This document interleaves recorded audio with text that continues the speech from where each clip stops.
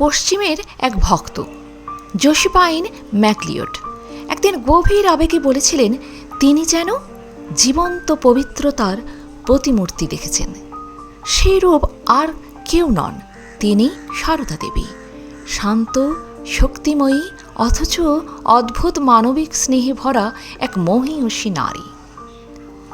ম্যাকলিওডের মনে হয়েছিল যেমন ভগবদ্গীতাতে বলা হয়েছে সব কিছু ত্যাগ করে আমার শরণ নাও, ঠিক তেমনি মা সারদা নিজের জীবনে সেই আশ্রয়ের প্রতীক হয়ে উঠেছিলেন।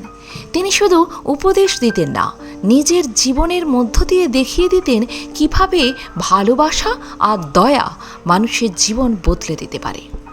একদিন দুই তরুণ ফণি ও গোপাল মায়ের কাছে দীক্ষা নিতে এলো।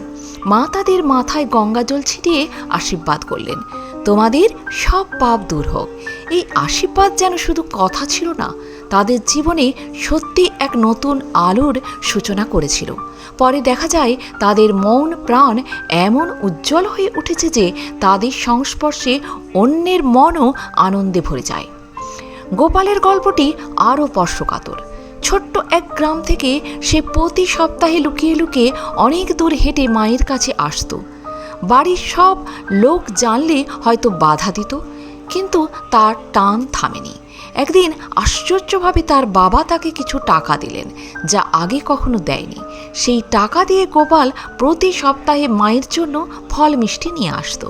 কিন্তু টাকা শেষ হয়ে গেলেও সে লজ্জা পেতে লাগলো। তখন মা নিজেই তাকে কাজের অজুহাতে কিছু টাকা দিতে শুরু করলেন, যেন সে আসতে পারে। এতে বোঝা যায় মা শুধু আধ্যাত্মিক গুরুই ছিলেন না, তিনি ছিলেন এক অসীম মমতার আশ্রয়।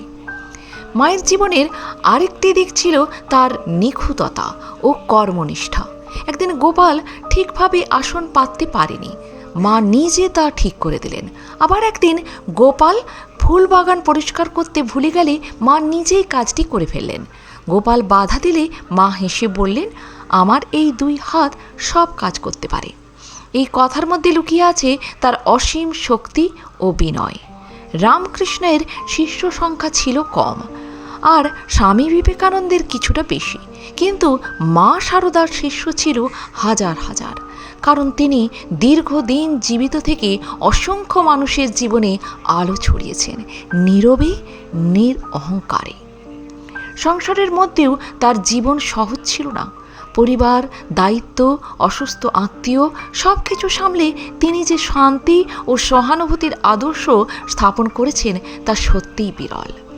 1920 সালের একদিন সেই শান্ত ও তেজস্বী জীবনের প্রদীপ নিভে গেল, কিন্তু তার রেখে যাওয়া আদর্শ আজও চলছে, বিশেষ করে নারীদের জন্য, যাদের তিনি দেখিয়েছেন কিভাবে শক্তি, ভালোবাসা আর সহানুভূতির মাধ্যমে নিজেকে মহান করে তোলা যায়।